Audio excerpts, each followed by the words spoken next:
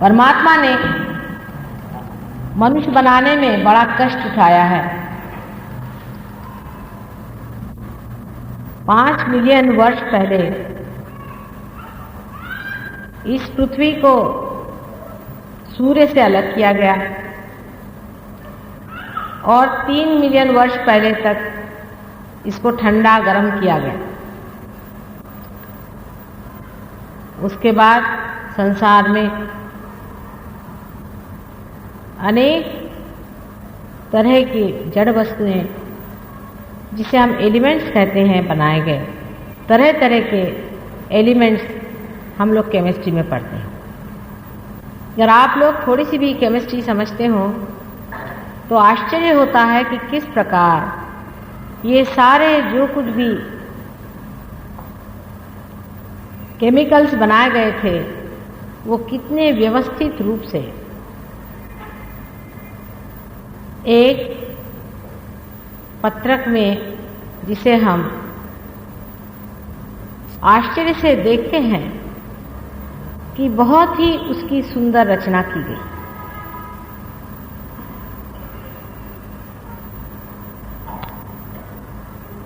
ये परमात्मा ने न जाने किस तरह से रच करके सृष्टि की, एक एक छोटी छोटी अणु रेणु तक व्यवस्थित रूप से बनाई कि अंत में इसी अणु रेणु से संगठित होकर के संसार में जीव हो जाए। ये कोई लोग कहें कि यूं ही हो गया, ये चांस की बात है, सो बात सही नहीं। अगर चांस से ये बात होती तो अभी तक साइंटिस्ट लोगों का ये कहना है कि एक छोटा सा अमीबा भी नहीं बन सकता, एक जीवंत प्राणी नहीं बन सकता। इतने छोटे से समय में मानव जैसी एक विशेष कृति परमात्मा ने निर्माण की। इसलिए परमात्मा का नाम लेना पड़ता है कि कोई न कोई शक्ति इस ब्रह्मांड की रचना में कारणीभूत हुआ। किसी न किसी ने यह ब्रह्मांड रचाया है। चाहे इसे मनुष्य अपने ईगो और अहंकार में न माने, शायद वो इस चीज को पसंद न करे कि हम लोग ये कहें कि ये परमात्मा ने बनाया, लेकिन क्या कितना भी अहंकारी मनुष्य इस बात को स्वीकार करेगा कि उसने ही अपने को बनाया है और सारी सृष्टि की रचना की। इस तरह उठकर अगर कोई आदमी कहने लग जाए कि मानव ने ही ये सारी निर्मित की हुई है तो लोग उसे पागल खाने भेज देंगे। जिस शक्ति ने इस सृष्टि की रचना की, उसके बाद मनुष्य को इस हालात में पहुंचा दिया जहां वो आज बैठा हुआ। कुछ न कुछ और जरूर व्यवस्था होनी चाहिए जिससे मनुष्य अपने मंजिल पे पहुंचा। कुछ न कुछ उसने जरूर सोचा होगा कि इस मनुष्य को किसी तरह उसकी मंजिल तक पहुंचावे। दुनिया के बवालों को और दुनिया के आंसुओं को देखकर मनुष्य ये सोचता है कि ये मानव जो है ये सबसे खराब चीज परमात्मा ने बनाई। जानवर हैं वो हमसे अच्छे हैं, हम लोग जानवर से भी बदतर हैं। परमात्मा ने सबसे सुंदर कृति बनाई है मनुष्य की। सबसे ऊंची और सबसे सुंदर मनुष्य की कृति बनाई है और उसको विशेष रूप से आशीर्वादित किया है। और ये मनुष्य रूप धारणा में ही मनुष्य उस चीज को पा सकता है जिसलिए परमात्मा ने सारी सृष्टि की रचना की। सारी सृष्टि उसने जो बनाई है वो मनुष्य के लिए बनाई और मनुष्य को इसलिए बनाया हुआ है कि वो परमात्मा की शक्ति का वहन करे। जैसे मैं बातचीत कर रही हूं तो ये इंस्ट्रूमेंट मेरी शक्ति का वहन कर रहा है। इसी प्रकार परमात्मा ने भी मनुष्य को इसलिए बनाया कि वो उसकी शक्ति का वहन करे, और जब उस शक्ति का वो वहन करे तो उस शक्ति के बारे में सब कुछ जाने, उसके लिए वो अवेयर हो जाए। इसलिए उसकी अवेयरनेस, जिसे हम चेतना कहते हैं, इस हद तक वो ले आए जहां मानव निर्मित हुआ उसको उन्होंने स्वतंत्रता दी कि अपनी स्वतंत्रता में और अपनी हुद्दारी में तुम परमात्मा को खोजो। अपनी स्वतंत्रता में यह जरूरी कहना था। यह परमात्मा ने दी हुई स्वतंत्रता अत्यंत आवश्यक है, क्योंकि जानवर जो हैं वो परमात्मा के राज्य में चलते हैं, उनके पास इस स्वतंत्रता का कोई भी सबूत नहीं है और वो जैसे ही परमात्मा रखते हैं वैसे ही मौज में रहते हैं। लेकिन मनुष्य जाति को ही परमात्मा ने यह स्वतंत्रता दे दी कि अब तू इसे खोज। जैसे कि मैं बहुत बार बताती हूँ कि छोटे क्लास में आप बच्चों को पढ़ा देते हैं कि 2 और 2 मिला के 4 होता है। बड़े क्लास में जाने पर आप कहते हैं कि अच्छा अब ये सवाल आप सुलझाइए, इसको आप ठीक करिए। इसी प्रकार परमात्मा ने मनुष्य की निर्मिति के बाद उसे स्वतंत्रता दी। उसकी स्वतंत्रता में मनुष्य चारों तरफ दौड़ने लग गया। उसका जो चित्त था, अटेंशन था, वो चारों तरफ दौड़ने लग गया। वो किस प्रकार दौड़ा और किस प्रकार वो चित्त बाहर की ओर गया है मैंने आपसे अनेक बार बताया। जब ये चित्त आपका बाहर जाता है या टेंशन बाहर जाता है तो वो सीखता है।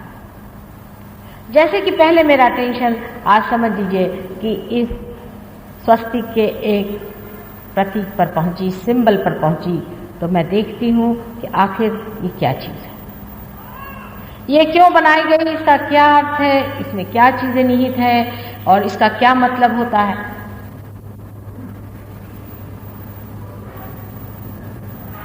और तब मैं इस विचार पे पहुंच जाती हूँ कि इसका कोई ना कोई अर्थ जरूर होगा, मैं अभी समझ नहीं पाई हूँ। हो सकता है कि मैं इसे जानूं। जानने का तरीका आदमी का बाहर है। मनुष्य बाहर जाकर जानना चाहता है। मनुष्य सोचता है कि दुनिया की चीजों से आपको ज्ञान हो सकता है। जैसे आप इस कमरे में आइए, अंधेरा है, आप एक चीज को पकड़ते हैं, दूसरी चीज को पकड़ते हैं और फिर आप सोचते हैं कि आपने जान लिया। एक और तरीका होता है कि अंदर आपके प्रकाश ही आ जाए और आप सब कुछ जान लें। कुछ लोगों ने, बहुत थोड़े से लोगों ने अंदर से जानने का प्रयत्न किया, जिसे हम कहते हैं मनन करना। लेकिन आजकल मनन के नाम पे हर तरह की चीज बिकती है।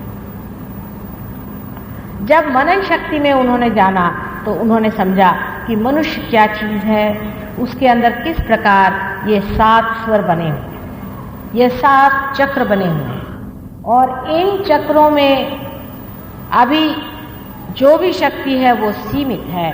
हमारी बुद्धि भी सीमित है, हमारा इंटेलिजेंस भी सीमित है और उस असीम शक्ति में अगर उतरना है तो कुछ न कुछ इस तरह की घटना, हैपनिंग अपने अंदर होती है, जिसके कारण मनुष्य उस असीम, सर्वव्यापी, ऑल परवेडिंग शक्ति में उतरता है। जो असली चीज को नहीं मांगते, जो सत्य को नहीं मांगते, उनके लिए सहयोग बिल्कुल काम नहीं। ये उन लोगों के लिए है जो किसी हालत में भी सत्य ही का वर्ण करना चाहते हैं, ऐसे ही लोगों के लिए सहयोग काम करता है।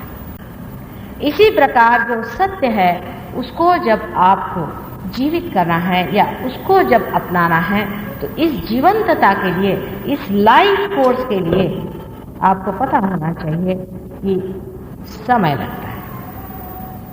हमारे अंदर बैठी कुंडलिनी शक्ति किस तरह से जागृत होती है और किस तरह से वो अनेक चक्रों में से गुजर करके और ब्रह्मरंध्र को छेदती हुई वो किस तरह से आपको उस सर्वव्यापी शक्ति की जो सूक्ष्मता है उसमें पहुंचा दी।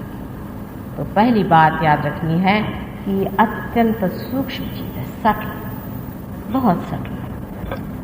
आपका अगर चित्त सटल नहीं है, अगर आपके चित्त में ग्रोथ बातें ज्यादा मंडराती हैं तो आपके वाइब्रेशंस या आप में बहने वाली चैतन्य लहरियां इतनी साफ नहीं। परमेश्वर का स्वरूप जिसे कि सच्चिदानंद कहते हैं वो हमें महसूस होने लगता है, फील होने लगता है। ये परमेश्वर की शक्ति हमारे हृदय में जागरूक हर समय रहती है, लेकिन हम उसे जानते नहीं, हम उसे अनभिज्ञ हैं। जैसे कि एक ज्योत जलती है और सब कुछ जानती है, वो सब कुछ जानती है आपके बारे में, और आपकी चेतना उससे दूर है, वो बाहर भटक रही है सारी चेतना। इस चेतना को अंदर खींचने के लिए कोई न कोई घटना अंदर घटित होनी पड़ती है। जैसे ही ये घटना घटित होती है तो सारी चेतना अंदर की ओर दौड़ती है, और वो जो कुंडलिनी जिसे कि वहाँ पर परमात्मा ने खास कर रखा है, आपकी माँ स्वरूप आपको पुनर्जन्म देती है, माने आपकी चेतना को, आपकी अवेयरनेस को, जो कि मानवी है, जो ह्यूमन है, उसे एनलाइटन कर देती है, उसे प्रकाशित कर देती है। अब हमारे हृदय में माता जी स्पिरिट है या नहीं, आत्मा है कि नहीं, इसकी सिद्धता है। परमात्मा भी है कि नहीं, इसकी क्या सिद्धता है। कुंडलिनी है कि नहीं, इसकी क्या सिद्धता है। इसीलिए इस कलयुग में सहयोग का पता लगा। कैसे खोजा जाता है उसे, क्योंकि वो तो असीम है, वो परे बुद्धि से है। जो अपने से परे है उसको कैसे खोजा जाएगा। उसकी भी व्यवस्था जो परमात्मा ने कर दी है वही कुंडलिनी है, और कुंडलिनी खुद उठ करके आपको उस स्थान पर पहुंचा देती है जहां उसे जाना जाता है। जैसे ही आप पार हो जाते हैं आपको बड़ी शांति लगती है, आप निर्विचार हो जाते हैं। हो सकता है आपकी तबीयत भी ठीक हो जाए, और अगर कोई इमोशनली तबीयत में गड़बड़ हो तो वो भी ठीक हो जाए। बहुत से लोग आप जानते हैं सहयोग में अनेक तरह के लोग ठीक हो गए, बीमारियां ठीक हो गई, और बहुत से पागल भी ठीक हो गए। अभी हम बोरीवली गए थे, वो एक अंधे थे, वो देखने लगे। अभी आए हैं उनके यहाँ से लोग बताने के। लेकिन ये कोई महत्वपूर्ण बातें नहीं है कि आप दुनिया भर को ठीक करते फिरें। महत्वपूर्ण तो ये है कि हमारे अंदर जो शक्ति हमारी अपनी है, हमारी जो संपदा है, उसको हम पाएं और हम अपनी इज्जत और अपने गौरव में उठें, और उसकी ओर गौरव से ही देखें। क्योंकि मनुष्य किस तरह से अपने जीवन से खिलवाड़ करते रहता है, उसको अपने प्रति कोई भी श्रद्धा नहीं। कोई भी आ जाए बन करके वहां से, कहता अच्छा चलो भाई ये करो, तो वही करने लग जाता है। कोई कहता वो करो, तो वही करने लग जाता है। उसको बिल्कुल भी अपने प्रति कोई भी सतर्कता नहीं है कि क्या वास्तविक यही सच्ची बात है, क्या मैंने अपनी शक्ति को पाया है। कलेक्टिव कॉन्शियसनेस में उतरना चाहिए। यहाँ तक कि साइंटिस्ट और जिनको हम साइकोलॉजिस्ट कहते हैं, यूंग जैसे लोगों ने कहा है कि collective consciousness is the next step. किसी ने तो इसी को मंजिल भी बताया है। तो सिर्फ अगर इसी बात को लेकर इंसान चले कि जब सबने ही कहा है तो वही क्यों ना हम माने। ये कहाँ से एक आ गए हैं जो हमें इस तरह से अभिभूत किए हुए हैं, हम इनके पीछे दीवाने और पागल हैं, और अपने से हम संतुष्ट हैं। ये संतोष इसलिए आता है कि हमें असलियत की खोज है, इसीलिए संतोष आता है। कि अभी हम लंदन में जैसे एक साहब आए तो उन्होंने मुझे कहा कि 132 लोग हैं जिनको कि मंत्र दिए गए। आप तो जानते हैं ये महेश योगी की बात, मंत्र दिए गए हैं और उन लोगों का सर बहुत भारी हो गया है और 5-6 साल के अंदर ही उनका शरीर थर-थर कांपता है। दूसरे एक साहब बहुत मंत्र देते हैं, यहाँ पर सब लोगों को हार्ट अटैक्स आते हैं। हमारे यहाँ आई हुई हैं, आप जानते हैं उनको भी, उनके पति भी हार्ट से मर गए, उनके ब्रदर को हार्ट, उनकी सिस्टर को हार्ट, दुनिया भर को हार्ट। अभी एक पेशेंट के पास ले गए थे, वहाँ वो फोटो रखा था, उसको भी हार्ट। 5-6 साल में सबको हार्ट अटैक आ जाता है, लेकिन सारा कुछ उनका रुपया पैसा भी वहीं लग जाता है। जिसके पास पोजीशन होती है उनकी सारी पोजीशन भी इसीलिए इस्तेमाल की जाती है। ये लोग तो हैं ही दुष्ट, ये लोग तो राक्षसी हैं, लेकिन आप क्यों इस चक्कर में आते? आप क्यों नहीं सत्य को मानते? आप क्यों नहीं कहते कि माँ हमें वही सूक्ष्म और सत्य चीज दो जिसे परमात्मा का रास्ता हमारे अंदर मिले?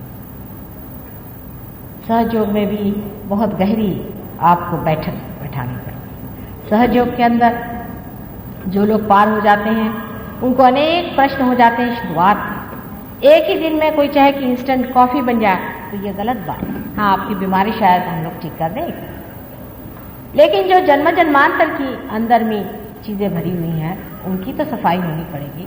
लेकिन इसका मतलब मैं कभी भी यह ना कहूँगी कि आप बैठ करके और सूर्य नमस्कार करें।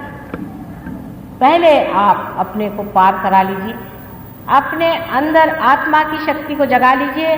उसके प्रकाश में आप देखिए कि आपके अंदर कौन सा दोष है और तब आप अपने को बहुत आसानी से ठीक कर सकते हैं। और इसीलिए आप देखिए कि हमारे यहाँ सहयोग में इतने लोग यहाँ पर आए हैं और उनके अंदर एकदम से चमत्कृति हो गई, एकदम से कुछ मैजिक सा हो गया है, एकदम ट्रांसफॉर्मेशन हो गई।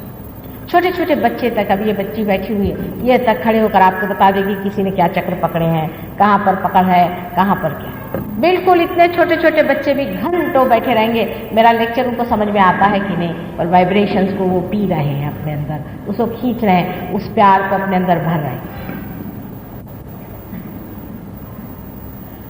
और ऐसे भी यह समाज सहयोग का, जो भी सहयोगी हैं जहाँ जहाँ हैं, उनके प्रेम का समाज हर जगह बढ़ता जाएगा, क्योंकि प्रेम प्रेम को खींचता है और प्रेम की ही ये चैतन्य लहरियाँ हैं। साक्षात उदाहरण के लिए मैं आपसे बताऊं कि अभी एक हमारे सहयोगी राहुल से दिल्ली गए थे। दिल्ली पहुंचे तो वहाँ सोचते खड़े रहे कि अभी मैं यहाँ आया हूँ, मैं तो दिल्ली जानता नहीं, यहाँ पता नहीं कोई मुझे ठग ले, क्या करे। इतने में वहाँ खड़े खड़े एकदम एक वहाँ एक साहब आके खड़े हो गए उनके पास, कहले आपको कहीं घूमने जाना है? उनका हाँ। कहले अच्छा, आप मेरा यहाँ पर इसी का बिजनेस है, आप चलिए मैं आपकी व्यवस्था करता हूँ। तो उन्होंने पूछा कि क्या आप सहयोगी हैं? उनका कि हाँ हम सहयोगी हैं। कहाँ से आप? राहुल से। उन्होंने भी फोटो मेरा दिखाया, कहा मैं भी सहयोगी हूँ। उनका कैसे पहचाना? कहले आपसे इतने वाइब्रेशन आ रहे थे इसलिए मैं आपके पास आके खड़ा हो गया, मुझे पता हो गया। चलिए, कहने लगे मैं आपको ले चलूँगा, माता जी ने मुझे ये बिजनेस बताया था, उसमें मुझे बड़ा लाभ हो गया, मेरे साथ आप चलिए। एक दूसरे साहब बता रहे थे कि वो कहाँ से अपनी ट्रक लेकर के जा रहे थे, रास्ते में बड़ी ज़ोर की बरसात शुरू हो गई और उनके पास में सब चीनी थी, शुगर, और शुगर के बोरे भरे हुए थे। उनको बड़ा प्रश्न पड़ा कि अब क्या करें, कहाँ जाएं, इतनी बरसात हो रही। इतने में उनको वाइब्रेशंस आने लगे। कभी यहाँ कहाँ रास्ते में कहाँ से वाइब्रेशंस आ रहे हैं? उन्होंने देखा तो वहाँ पे मेरे नाम का बोर्ड लगा हुआ था धुलिया में, तो वो अंदर घुस गए। उन्होंने कहा भाई हम भी सहयोगी हैं, देखिए हम आए वाइब्रेशंस देखते हुए, हमको दूर से वाइब्रेशंस आए और जब हम यहाँ पहुँचे तो देखते हैं कि अंदर में आपकी ये जगह बनी हुई। तो उन्होंने कहा कि हाँ हाँ ठीक है, यहाँ पर हमारे यहाँ आश्रम है, आप ठहरिए, जब तक आपको ठहरना है ठहरिए। दूसरे दिन उन्होंने देखा कि उनके जितने भी बोरे थे बिल्कुल सूखे हुए थे। अनेक चमत्कार अत्यंत गहन हो सकते हैं, क्योंकि अगर सर्वव्यापी शक्ति आपके अंदर से बहने लग जाए तो उससे बढ़ के शक्तिशाली कोई भी शक्ति नहीं। हम लोग परमात्मा को कहते हैं कि गॉड इज ऑल माइटी, सिर्फ कहने भर को हम कहते हैं, लेकिन वास्तविकता हमारे अंदर वो एक चीज नहीं है। अगर वो ऑल माइटी है तो उसके आगे कौन सी ऐसी शक्ति है जो कार्य कर सकती? कोई सी भी शक्ति उससे आगे नहीं चल सकती। वो एक उंगली घुमा देता है और सारा ही रंगमंच बदल सकता है।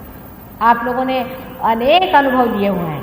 आप में से ऐसे ऐसे लोग हैं कि जो अगर किताब लिखने चले अनुभव में तो उसके इतने बड़े बड़े वॉल्यूम्स हो जाएं, और बहुत साधारण तरह के लोगों के। हमारे यहाँ एक बहुत ही साधारण तरह के एक मास्टर साहब हैं, वो बच्चों को स्कूल में पढ़ाते हैं, प्राइमरी स्कूल में। उनके स्कूल में बच्चे जो आते हैं वो बोल नहीं सकते, सुन नहीं सकते आदि। अब वो बच्चे बोलने लगे और सुनने लगे। एक बिल्कुल ही साधारण, एक बहुत ही कम पढ़ा कहना चाहिए, क्योंकि वो कोई मेडिसिन वगैरह पढ़ी नहीं है, स्कूल में पढ़ाने वाला टीचर, उसके हाथ से ये बह रही है। सहयोग से अति सूक्ष्म से सूक्ष्मतर ज्ञान का भी पूरी की पूरी उसकी सत्यता, यथार्थता आपके सामने साबित हो जाती है। आप भी इस चीज को समझ सकते हैं, आप भी इसे देख सकते हैं। अति सूक्ष्मता में जाकर के आप इसे समझ सकते हैं कि मनुष्य के अंदर जो कुछ है वो जब आलोकित हो जाता है तो वो देखता है कि उसके इस और क्या है, उस और क्या है, और पैर के पास क्या है, और उसे जाना कहाँ है, उसका लक्ष्य क्या है, और इसकी स्थिति क्या है, आज वो कहाँ है और उसे कहाँ पहुँचना है। तब वो समझता है कि भूत बाधा चीज़ है या नहीं। कोई कहते हैं साहब हमारा भूतों में विश्वास है। अरे भाई, विश्वास हो या नहीं हो वो चीज़ तो है ही। दिल्ली में एक स्त्री थी, उनके बिल्कुल दिखाई नहीं देता। वहाँ के DIG थे राव, उनकी लड़की थी। वो आई हमारे पास, 5 मिनट के अंदर देखने लगे। उनका साहब 5 मिनट के अंदर आपने क्या चमत्कार कर दिया, इसके तो आंख से जोत चली गई थी। मैंने कहा नहीं, शी वाज पजेस्ड, पोजेशन उसका निकल गया, देखने लगे। लेकिन लोगों का कहना है कि भूत है नहीं, और सब भूतों के चरणों में रहते हैं। ये कहना कि भूत है नहीं, क्योंकि जब ये कह दिया कि भूत है ही नहीं तो भूत लोग प्रबलशाली हो जाते हैं। सहज योग से आप ये समझ सकते हैं, बहुत अच्छे से समझ सकते हैं कि कौन से चक्रों में आपको ये पकड़ती हैं आत्माएं, ये स्पिरिट्स आपको कौन से चक्रों में पकड़ती हैं। हमने चीफ जस्टिस से बातचीत की, यहाँ तक अपने जजों से बातचीत की है।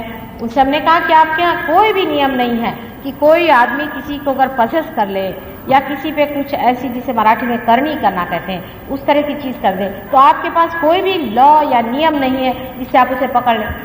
उसकी कोई भी आपके पास पकड़ नहीं। कहने हमारे पास तो कोई पकड़ ही नहीं। अब आप इससे समझ सकते हैं कि कितना मनुष्य जानता है, कितना कम वो जानता है, उसे कितना जानने का है। सिर्फ अगर वो अपनी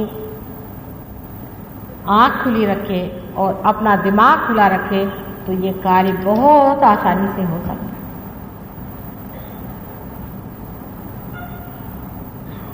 कल मैं आपको सहयोग के बारे में विस्तार पूर्वक बताऊंगी और ये भी बताऊंगी कि कुंडलिनी के जागरण और उसके भेदन, जो चक्रों में से गुजरना है, उसमें कौन से दोष आ जाते हैं जिसके कारण मनुष्य फिर से खिंच जाता है, और उन दोषों का परिहार किस तरह से करना चाहिए।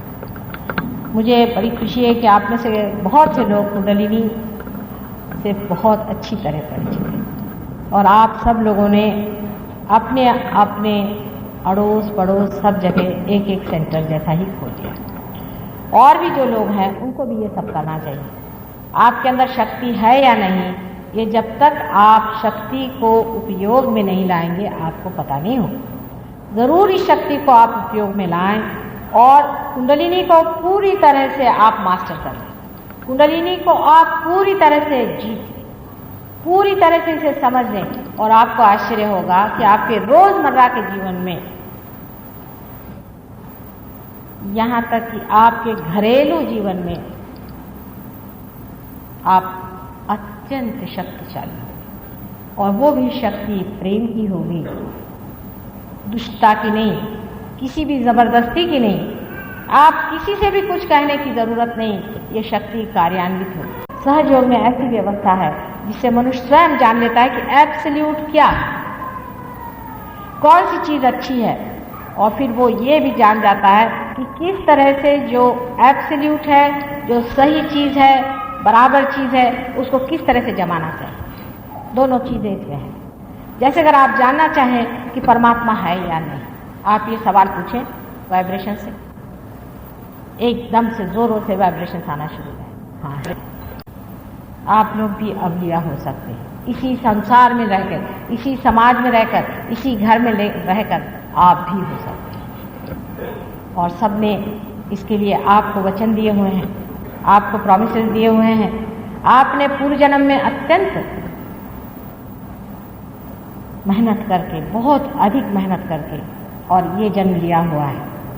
शायद आप लोग नहीं जानते कि हमारे पुराणों में भी इसके बारे में कहा हुआ है कि कलयुग में जो जो संत साधु आज गिरी कंदरों में घूम रहे हैं, वो साधारण गृहस्थी बन के आएंगे और वो अपने लक्ष्य को पाएंगे, माने वो पार हो जाएंगे। आज वही दिन आ गया है, बाहर के दिन आ गए हैं, और अनेक लोग इसमें पार हो सकते हैं।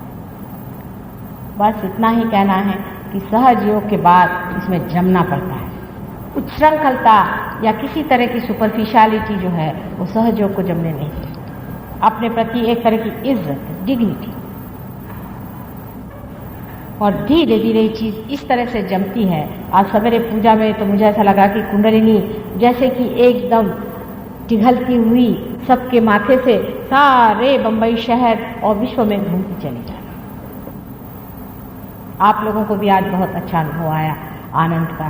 धीरे धीरे सभी लोग इसी रास्ते पे आ जा सकते हैं, लेकिन सब ही सब नहीं आएंगे, ये भी मैं आपसे बता दूं। हमेशा किसी भी उत्क्रांति में, इवोल्यूशन में पूरे की पूरे इवॉल्व नहीं हुए, कुछ वहीं रुक गए हैं, उसकी चिंता करने की जरूरत नहीं। आपको अपने से मतलब है, अपने को पाने से मतलब है। अगर कुछ नहीं आते हैं तो अब उनके लिए कहाँ तक रोया जाए, उसकी चिंता करने की बात नहीं। मैं तो आपको मालूम है कि लंदन जाने वाली हूँ और आपसे यही विनती करूँगी कि अगले मंगलवार से भारतीय विद्या भवन में हमेशा प्रोग्राम होता है, तो जिस तरह से आप कहीं मंदिर में मंगलवार को जाते हैं, चर्च में जाते हैं इतवार को, उसी तरह से उस प्रोग्राम में जाएं। जब तक आप अपने को ठीक नहीं कर लेते हैं तब तक आप में कोई भी प्रगति नहीं होने वाली, और इस प्रगति को पाए बगैर आपको चैन भी नहीं आने वाला है। जिन लोगों ने हर बार अपने को देखते हुए सामूहिक चेतना में उतरते हुए इस कार्य को किया है, वो आज कहाँ से कहाँ पहुँच गए। ऐसे बहाने बनाने से हम किससे बहाने बना रहे हैं? अपने ही से। इसमें किसका नुकसान होने वाला है? अपना है। अगर हम यहाँ कोई आपका जजमेंट करने नहीं बैठा है, आप ही अपने जज हैं, आप ही अपने गुरु हैं, और आप ही पाने वाले और आप ही भोगता। फिर आप इस चीज़ को सोच लें, क्या आप इसे खोना है या पाना है?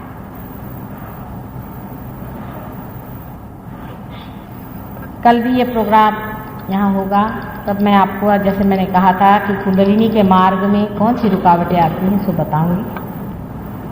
और परसों हम लोगों ने सोचा है कि कव्वाली का प्रोग्राम करें, क्योंकि वो एक यहाँ पर ज़मीन खरीद रहे हैं ये लोग, ये चाहते हैं कि वहाँ एक हॉस्पिटल बनाया जाए और क्या क्या बनाया जाए, और सहयोग के लिए वो सोचते हैं यहाँ कोई न्यूक्लियस बनाया जाए जिससे कि बाहर से आने वाले लोगों को भी वहाँ व्यवस्था हो जाए, मरीजों की व्यवस्था हो जाए। जो बहुत से रियलाइज सोल्स हैं जो कि पैदा हुए हैं आज संसार में, उनके लिए इस तरह की शिक्षा की व्यवस्था हो जाए कि वो कायदे से रह सकें। जैसे हमारे घर में मेरे दोनों ग्रैंड चिल्ड्रन जो हैं वो रियलाइज सोल्स हैं, लेकिन उनकी नौकरानियाँ दोनों तंबाकू खाती हैं। तो कल रात को बड़ी वाली उठ के बैठी कि नानी इनका तंबाकू बंद करो, नहीं तो मेरा गला जो है वो एकदम सूख जाएगा। किसी तरह से इनसे कहो कि तुम तंबाकू बंद करो, बड़ी गंदी चीज़ है, ये समझती। ऐसे बच्चों के लिए जो कि रियलाइज लोग हैं, एक स्टाइनर नाम के बहुत बड़े फिलॉसफर हो गए, उन्होंने भी इस पर बड़ा भारी विचार किया हुआ है। इस तरह के बच्चों के लिए भी एक स्कूल हम लोग खोलना चाहते हैं, जिसमें कि विशेष रूप से ध्यान दिया जाएगा कि जो रियलाइज सोल्स हैं उनको पूरी तरह से पनपने दें, और उनको जो जो मार्ग में जो शैतानी प्रवृत्तियाँ उन पे आघात करती हैं, हर समय ढूंढ ढांड के ऐसे लोगों को बहुत तकलीफ़ें होती हैं, उससे उनको बचाएं, क्योंकि वही कल की हमारी बड़ी भारी सेना तैयार हो रही है।